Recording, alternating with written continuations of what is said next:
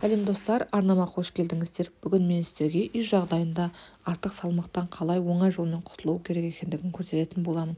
Ол үшін куркума қажет. Куркумадан бір шай қасық қана қосамыз. Оны кез келген дүкеннен спец сататын жерлерден таба аласыздар. Және де имбирь қажет. Имбирьдің осындай ұсақталған түрі қажет. Оны да бір шай қасық қана қосамыз.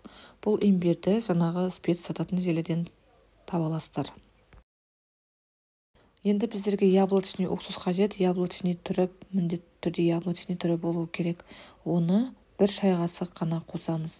Енді осы массамыздың үстіне біздер үлкен ас қасықпен 2 ас қасық лимонның суын қосатын боламыз. Көбінесе жаздың уақыты қыздар диета ұстап, жаңағыдай артық салмақты тастағысы келеді, әйел қыздар көбінесе. Сондықтан осы амалды жасап көрсеңіздер, сіздердің арықтауларыңызға көп пайдасын тигізетін болады. Ешқандай да диетасыз, ешқандай да жаңағы таблеткасыз осы амалды жасасаңыздар, сіздердің арықтауларыңызға көп пайдасын тигізетін болады. Енді лимонның суын қосып алдық. Енді бұл массамыздың үстіне бал қосамыз. Балды 2 үлкен ас қасықпен қосамыз. Менде табиғи бал өте керемет.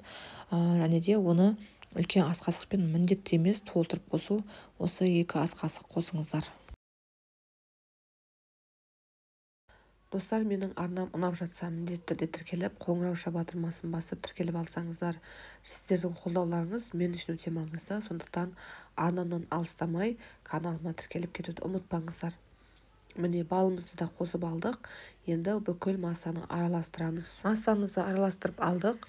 Бұл массамызды холодильникте 1 аптаға сақтасаңыздар болады. Және де бұл масса 1 аптаға жетеді. Және де осылай жасап көрсеңіздер, сіздердің арықтауларыңызға, артық салмақты тастауларыңызға көп көмек тиеді.